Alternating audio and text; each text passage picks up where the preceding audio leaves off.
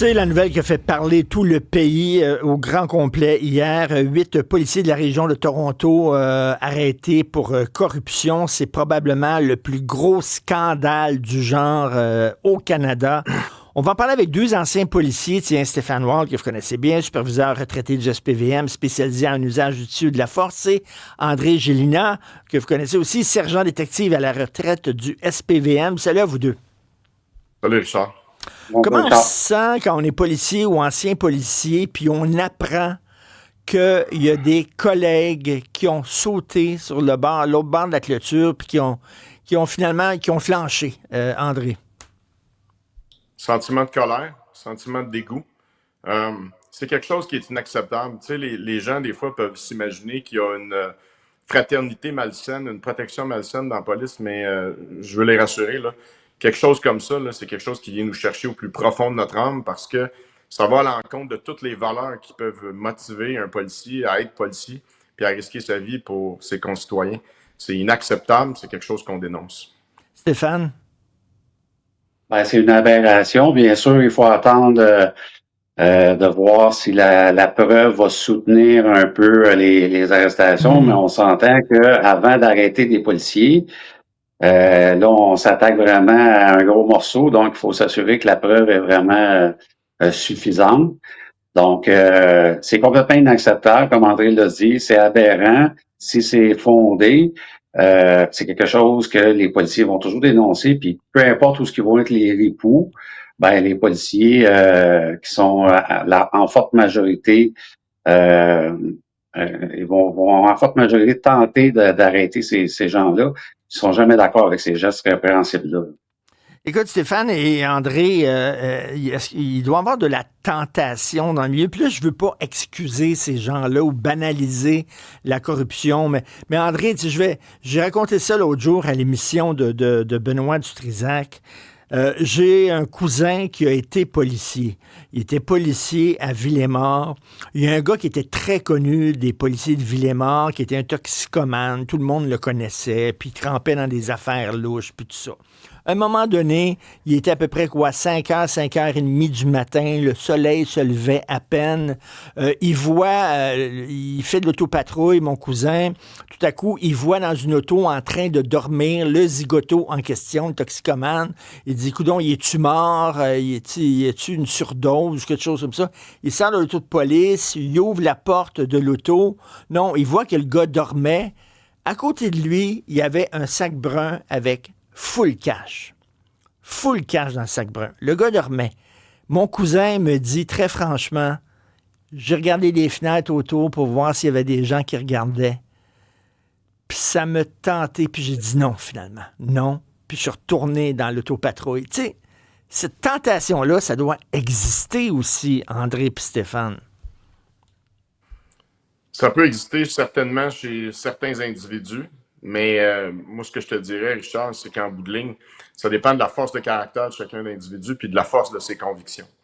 Tu sais, on a vu des gens du monde criminel vivre dans la luxure, dans l'abondance. Évidemment, c'est facile de dépenser de l'argent qui est illégal, qui a été acquis aux dépens de la société avec une destruction du tissu social. Mais en même temps, moi personnellement, puis pour la très grande majorité de mes collègues, Stéphane me corrigera s'il y a lieu, mais ça fait juste renforcer notre détermination à combattre ces gens-là. Moi, je pense quand on voit des choses comme ça ne nous soumet pas à la tentation, en tout cas pour l'écrasante majorité des gens que je connais. Stéphane? Et puis moi, je peux te dire, Richard, que ça m'est arrivé à une reprise, une tentative de corruption sur la route dans ma carrière. Quelqu'un qui était en infraction, qui m'a offert un billet de 100 $ avec son permis de conduire. Et j'étais tellement surpris que j'ai même pas compris. C'est mes partenaires qui m'ont dit non, il a essayé de t'acheter, là, il a essayé de pas avoir de constat d'infraction. Mais j'étais un jeune policier. L'appât du gain, ça existe.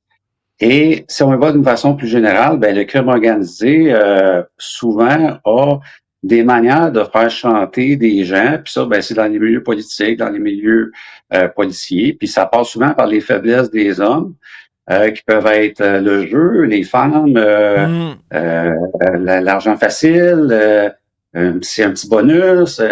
Donc, le crime organisé, s'ils constatent que des policiers, par exemple, sont dans un club de danseuses nues, ben, ils vont peut-être s'arranger pour mettre une belle fille dans les pattes d'un policier, puis ils vont avoir des éléments incriminants contre lui. Puis après ça, il est capable de le faire chanter pour avoir de l'information. Fait qu'ils ont des stratagèmes et c'est quelque chose qui existe dans tous les milieux, mais il faut faire attention. C'est des minorités de personnes qui vont succomber à ces stratagèmes-là. OK, mais Stéphane, puis je vais poser la question à André après. Y a-tu des fois une sorte de découragement qui s'installe quand t'es policier, puis depuis de nombreuses années? C'est-à-dire, tu sais, tu te dis à quoi je sers exactement, là? Tu sais, je travaille comme un Christi de fou. Je risque ma vie, entre autres pour ceux qui courent après les trafiquants de drogue, là. Je vais le pincer. Le gars va avoir un bon avocat. Il va faire 1 ou 2 ans en prison. Après ça, il va ressortir. Ou alors, il va rester en prison, mais il va être remplacé par 10 autres. Ma job, ça ne sert strictement à rien. Il y a toujours autant de drogue, sinon plus, sur les rues. Il y a toujours autant de gens qui se dopent, sinon plus. À quoi je sers exactement? Puis là, tu te dis, ben regarde, moi le prendre l'argent.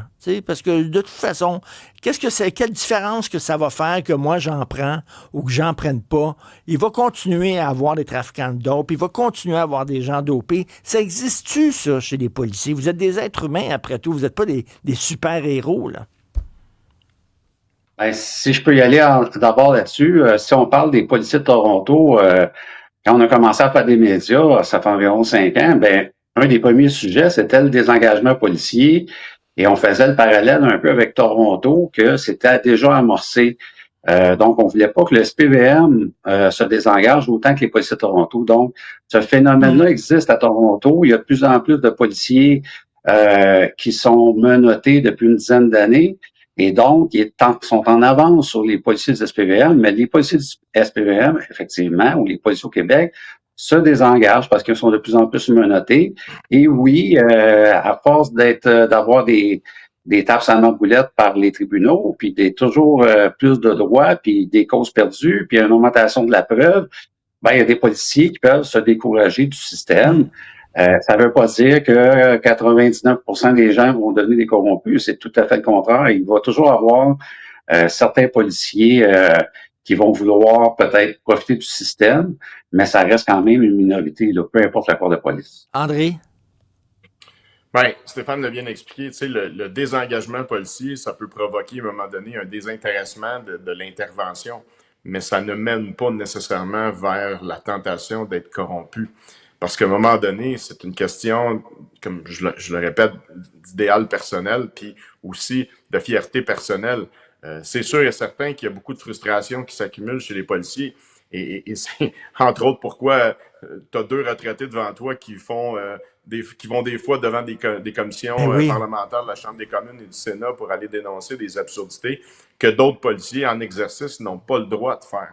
Et ça, bon, ça fait peut-être partie de notre thérapie, mais ça nous a certainement pas mené à la corruption. Puis ce que les gens doivent comprendre aussi, c'est que ça, c'est ouvert à toutes les strates de la société. On se rappellera Michel Auger, la tentative de meurtre qu'il y avait eu sur lui. Ben, cette fuite-là originait de quelqu'un qui travaillait à la Société d'assurance automobile. Ah Vous savez, oui. pour obtenir l'adresse de quelqu'un, c'est facile. Vous pouvez corrompre quelqu'un qui a accès à votre dossier Santé Québec. Ça peut être un médecin, ça peut être une infirmière, ça peut être un pharmacien.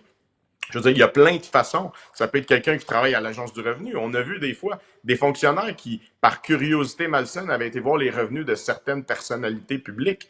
Donc, les sources de fuite, quiconque a accès à une banque de données privilégiée peut succomber à ça. Et Stéphane l'a aussi bien expliqué, c'est que le crime organisé, nous, on fait du renseignement, hein, les policiers, mais le crime organisé aussi fait du renseignement. Et ces gens-là ont des stratégies pour cibler les gens qui sont faibles. Et c'est pourquoi je me souviens, quand j'étais à l'école de police, notre instructeur de marche militaire nous avait fait un superbe speech quand on a terminé. Il nous avait dit, les gars puis les filles, ayez une vie rangée. Traînez pas d'un club. Traînez pas avec des bums. Ayez une vie honorable. Et c'est ce qui va faire en sorte qu'on va diminuer nos vulnérabilités, comme Stéphane l'a dit. Puis, je veux dire, il s'agit d'avoir la force de caractère de résister à ça. en terminant, on a tous vu le film Serpico avec Al Pacino dans le rôle de ce policier-là, extrêmement courageux, qui a dénoncé la corruption de la police à New York dans les années 70. D'ailleurs, demain, ma chronique du Journal de Montréal, je raconte la journée que j'ai passée avec lui. J'ai eu le privilège de passer une journée avec Frank Serpico. Écoute, c'est un des grands jours de ma vie. C'est un héros pour moi.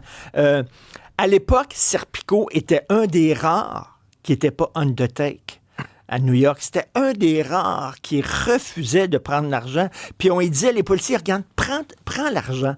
Si tu veux pas garder, donne l'argent à un organisme de charité, fais n'importe quoi, mais prends l'argent, parce que si tu prends pas l'argent, les autres n'aimeront pas ça. Ils vont se sentir nerveux.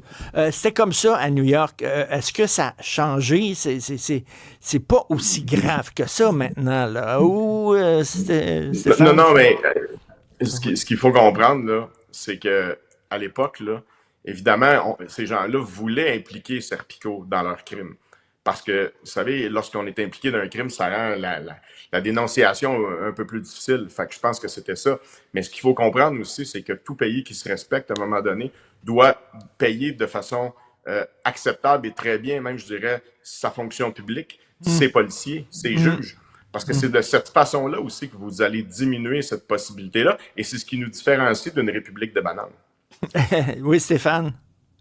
Si je peux terminer, je ne sais pas comment il reste de temps, mais il y a un point très important à mentionner aussi, c'est le recrutement actuellement, puis la formation des policiers. Puis là, je vais parler entre autres le Québec, mais ça existe à Toronto, ça existe en France aussi. Il y a un nivellement par le bas actuellement. Donc, sous certains prétextes d'inclusion, des fois, on baisse certains critères. Parce que il manque de personnel et on accepte même de former des gens qui, à la fin d'une formation, ne devraient pas être policiers. Et ça existe au Québec, là. Et si ton policier réussit à se faufiler jusque dans la police, a des grosses responsabilités, des grosses décisions à prendre, puis qu'il n'y a peut-être pas toutes les vertus ou toutes les compétences pour le faire, ça peut être plus facile pour le crime organisé de placer des pions à moyen et long terme parce que le recrutement et la formation est un peu plus, un peu moins difficile, disons. Très intéressant, vous deux. Merci beaucoup, Stéphane Wald et André Gélina. Merci, bon week-end. Oui, André, tu voulais ajouter quelque chose rapidement? Paul Richard, qui est un amateur de cinéma, tu te souviens du film avec Jack Nicholson et Matt Damon, c'était-tu de Departed, ou est-ce que justement, c'était un jeune qui avait été placé par le crime organisé irlandais de Boston? Et ça peut arriver. Et ça peut arriver, ça, qui place quelqu'un en disant, toi, tu vas faire des études de police, tu vas être policier, tu vas monter dans l'organisation, puis tu vas être notre homme à l'intérieur. C'est complètement délirant. Merci, bon week-end à vous deux. Salut.